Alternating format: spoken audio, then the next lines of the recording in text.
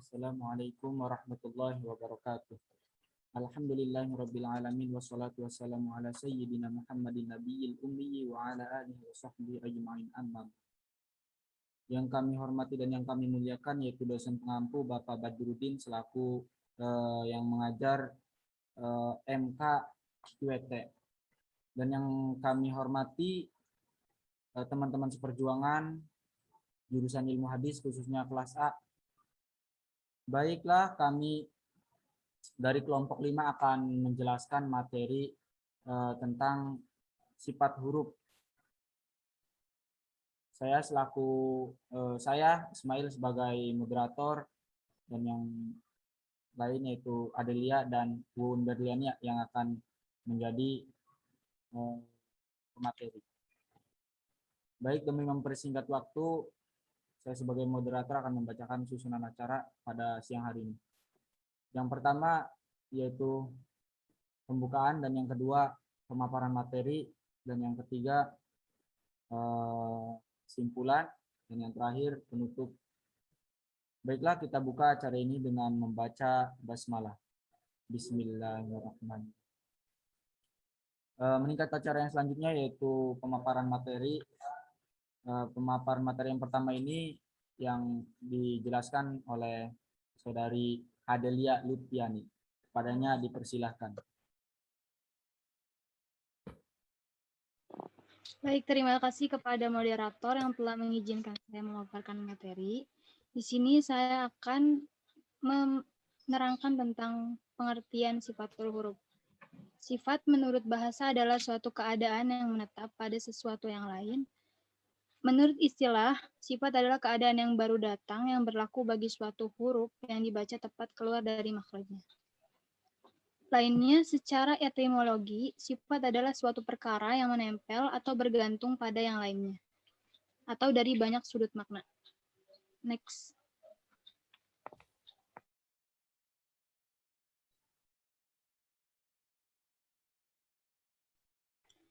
Ahli qiraat berbeda pendapat dalam menerapkan jumlah sifat-sifat huruf hijaiyah, di antaranya yaitu pertama menurut Imam Al-Jazari. Menurut Imam Al-Jazari beserta para pengikutnya, mereka membagi sifat huruf itu ada 17 bagian. Lalu yang kedua menurut Imam Al-Barkawi, mereka memutuskan bahwa sifat huruf itu berjumlah 14 huruf, 14 sifat, yaitu dengan mengurangi sifat izlaq dan lawannya yaitu sifat ismat, inhiraf dan lin, kemudian menambahnya dengan sifat gunnah. Kemudian menurut Imam Asy-Syakhawi, sifat huruf ada 16 sifat. Beliau berpendapat bahwa sifat izlaq dan lawannya yaitu ismat tidak termasuk dan membuangnya dengan menambahkan sifat hawai yaitu alif. Lalu yang keempat menurut Imam Al-Mar'ashi, sifat huruf terbagi atas 17 bagian. Sama halnya dengan menurut Imam Al-Jazari, akan tetapi beliau menghilangkan sifat izlaq dan lawannya, sifat inhiraf dan lin, serta dengan menambahkan 4 sifat yaitu gunnah, ikfa, tafkim, dan tarkik. Lalu terakhir, menurut pendapat sebagian ulama ahli tajwid, mereka berpendapat bahwa sifat huruf berjumlah 44. Kemudian, sifat huruf pada umumnya terbagi atas 2 kategori. Pembagian yaitu yang pertama, pembagian secara terperinci. Artinya, yang di dalamnya ada banyak ikhtilaf di kalangan para ulama. Lalu yang kedua, pembagian secara global yang meliputi sifat huruf yang mempunyai lawan dan sifat huruf yang tidak memiliki lawan. Next.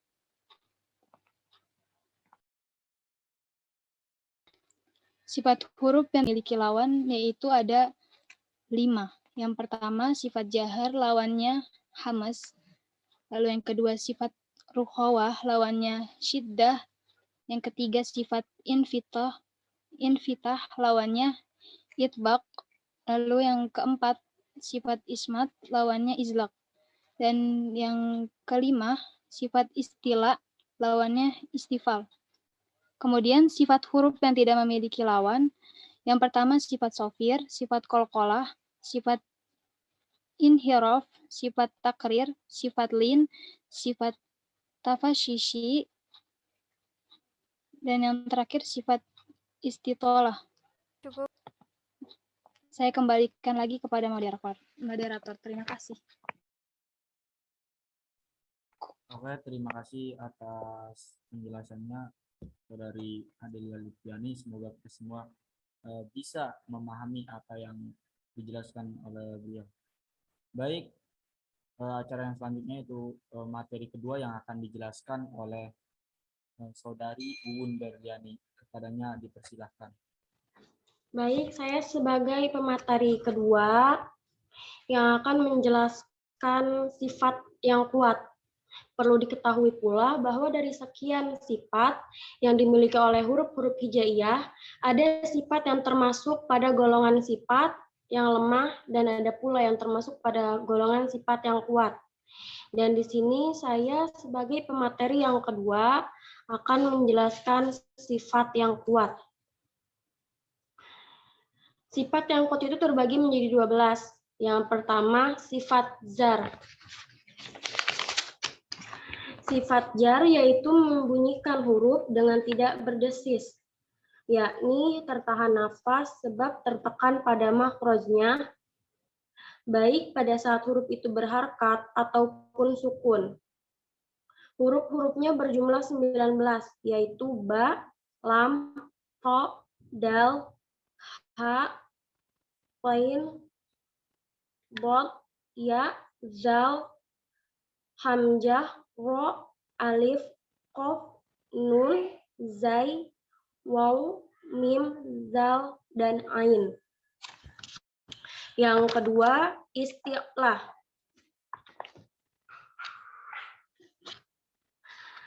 Sifat isti'lah yaitu membunyikan huruf dengan mengangkat pangkal lidah ke langit-langit hingga huruf tersebut kedengarannya berat. Dan hurufnya terbagi menjadi 7, yaitu kha, shad, bod, ghain, to, qaf, dan dhad. Dan yang ketiga, sifat itsbaq, yaitu membunyikan huruf dengan mengangkatkan pangkal lidah serta menaikkan keliling lidah ke langit-langit hingga hurufnya kedengaran lebih berat.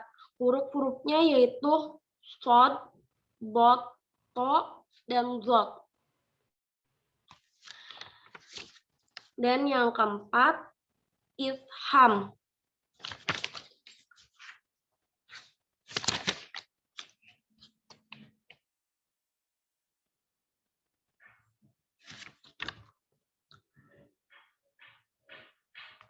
Dan yang keempat itu ifham, yaitu membunyikan huruf dengan berat, yakni menahan atau menjaga agar lidah tidak ternaik ketika penuturan huruf. Huruf-hurufnya ada 23, yaitu ghain, waw, zal, hamzah, qaf, sa, dal, shad, to, qaf, alif, sin, shin, ain, zai, zim, qaf, bod, ha, ya, ha besar, dan bo. Di dalam huruf-huruf ifham ini, di antara huruf-hurufnya termasuk bagian dari huruf-huruf itlaq, seperti huruf bob, to, bot, sod, qaf, ghain, dan qaf. Maka huruf-huruf ini harus dibaca lebih berat. Yang kelima, sifat syofir,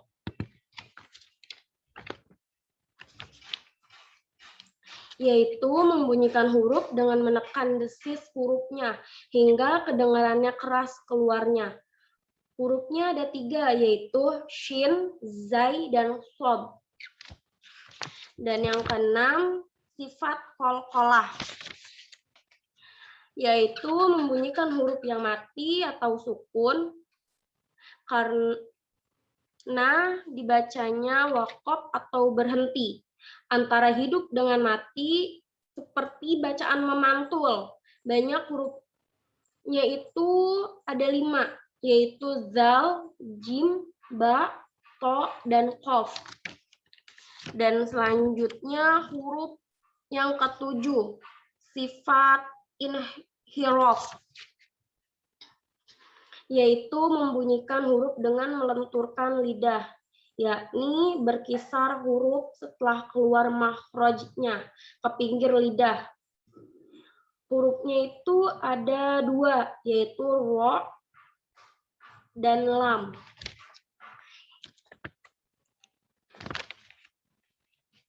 Yang ke-8, sifat takrir, yaitu membunyikan huruf dengan lidah menggeletar 2-3 kali. Hurufnya hanya satu, yaitu ro. Yang ke-9, sifat tafashi, yaitu membunyikan huruf dengan berterbaran anginnya, yakni buyar anginnya di antara lidah sama lakan. Hurufnya juga sama, satu, yaitu shin. Misalkan kayak shin, itu kan agak keluar angin. Yang ke-10, sifat istiqolah. Sifat istiqolah yaitu membunyikan huruf dengan suara bergerumut dengan kedudukan di antara dua gusi. Dengan kata lain, membunyikan huruf sepanjang tepi dan keliling lidah. Hurufnya juga sama, satu, yaitu bot. Yang ke-11, sifat syiddah, yaitu membunyikan huruf dengan tidak bergerumut. Huruf-hurufnya ada 8, yaitu hamzah, jim, dal, qaf, to, ba, kaf, dan fa, dan ta. Yang ke-12, huruf gunnah. Huruf gunnah itu cuma ada 2, yaitu nun dan mim. Sifat huruf nun dan mim, baik berharkat ataupun sukun, baik nampak dengan jelas diidghamkan ataupun disembunyikan. Hanya saja panjang gunnah berbeda sesuai kondisi nun dan mim. Mungkin hanya itu saja pemateri kedua. Assalamualaikum warahmatullahi wabarakatuh.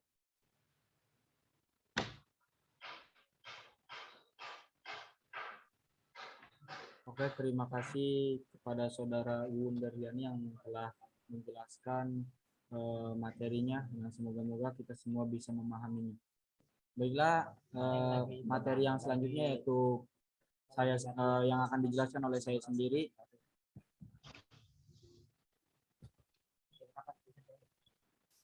Yaitu tentang sifat yang termasuk lemah. Sifat yang termasuk ke dalam yang lemah. Ada berapakah sifat yang termasuk ke dalam yang lemah, yaitu ada 7. Yang pertama sifat hamas, sifat rukhawah, sifat istifal, sifat infitah, sifat idlaq, dan sifat lin, dan sifat khifa. Yang pertama yaitu sifat hamas. Apa itu yang dimaksud sifat hamas? Yaitu membunyikan huruf dengan berdesis, desis angin. Huruf-hurufnya berjumlah 10, yaitu yang pertama ta, kaf, sin, sod, kho, shin, ha, sa, ha, dan fa. Kemudian yang kedua yaitu sifat rukhawah. Apa itu sifat rukhawah? Yaitu sifat yang membunyikan huruf dengan bergerumut.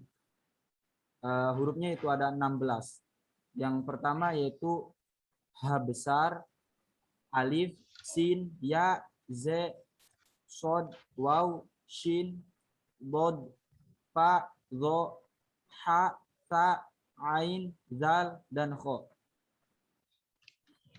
Kemudian yang ketiga yaitu sifat istifal. Apa itu yang dimaksud sifat istifal? Sifat istifal yaitu membunyikan huruf dengan tidak mengangkatkan pangkal lidah ke langit-langit hingga kedengarannya kecil saja, atau disebut ringan. Huruf-hurufnya ada 22, yaitu yang pertama alif, kaf, shin, lam, sin, dal, hamzah, ha, ha besar, fa, ro, ha, dal, waw, jim, ya, mim, zai, ain, ta, ba, ta, dan nun. Kemudian yang selanjutnya yaitu invital.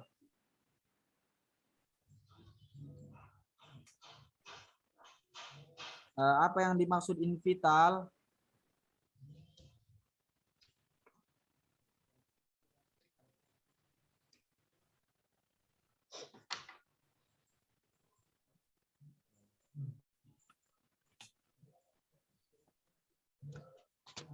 Maaf, invitah maksudnya yaitu membunyikan huruf dengan tidak mengangkatkan keliling lidah ke langit-langit hingga huruf itu kedengarannya tidak begitu besar, yaitu huruf-hurufnya berjumlah 25. Yang pertama huruf hamzah, ha, dal, waw, jim, dal, sin, ain, ta, fa, zai, kaf, alif, ha, ha kecil, qaf, lam, kha, shin, ro, ba, ghin, ya, ta, mim, dan nun. Kemudian sifat idlaq. Apa itu sifat idlaq? Yaitu sifat yang membunyikan huruf dengan ringan sebab keluarnya dari ujung lidah atau dari bibir. Huruf-hurufnya berjumlah 5, yaitu ba, lam, nun, sod, ro, dan fa. Kemudian sifat lin, yaitu membunyikan huruf dengan pelan atau lembut, yaitu pada huruf-huruf mad lain, yaitu hurufnya waw dan ya, yakni huruf waw atau ya yang didahului oleh huruf yang berharkat patah. Kemudian yang terakhir yaitu sifat khifa, yaitu sifat yang dimiliki oleh 4 huruf, yaitu huruf-huruf mad, yaitu waw, alif, dan ya. Alasannya adalah karena pada huruf-huruf tersebut banyak terdapat sifat yang lemah. Sekiranya cukup penjelasan dari saya, kurang lebihnya mohon maaf. Terima kasih. Acara yang selanjutnya yaitu kesimpulan yang akan dipaparkan oleh saudari Adelia Lutfiani. Padanya dipersilahkan. Baik, terima kasih. Di sini saya akan membacakan kesimpulan. Kesimpulannya adalah sifat adalah suatu perkara yang menempel atau bergantung pada yang lainnya dari banyak sudut atau makna. Jadi kajian sifatul huruf ini sangat perlu dipahami supaya bisa mengucapkan huruf-huruf Al-Quran dengan baik dan benar, sehingga dapat dibedakan antara huruf-huruf yang lemah, kuat, bernada tinggi, rendah, berdesis ataupun tidak berdesis, atau yang lainnya. Pada dasarnya, sifat-sifat huruf ini tidak dapat berubah-ubah keadaannya. Sebagai contoh, ada huruf yang dinafaskan, ada juga yang tidak dinafaskan. Demikian pula ada yang dibesarkan, ada juga yang dikecilkan, dan lain sebagainya. Saya rasa cukup kesimpulan dari materi pada kali ini. Terima kasih, saya kembalikan lagi kepada moderator. Terima kasih kepada saudari Adelia Lutfiani yang telah menjelaskan kesimpulannya. Oke, sekiranya cukup penjelasan materi dari kelompok 5. Kurang dan lebihnya mohon maaf. Saya moderator memohon maaf sebesar-besarnya. Akhirul kalam. Wassalamualaikum warahmatullahi wabarakatuh.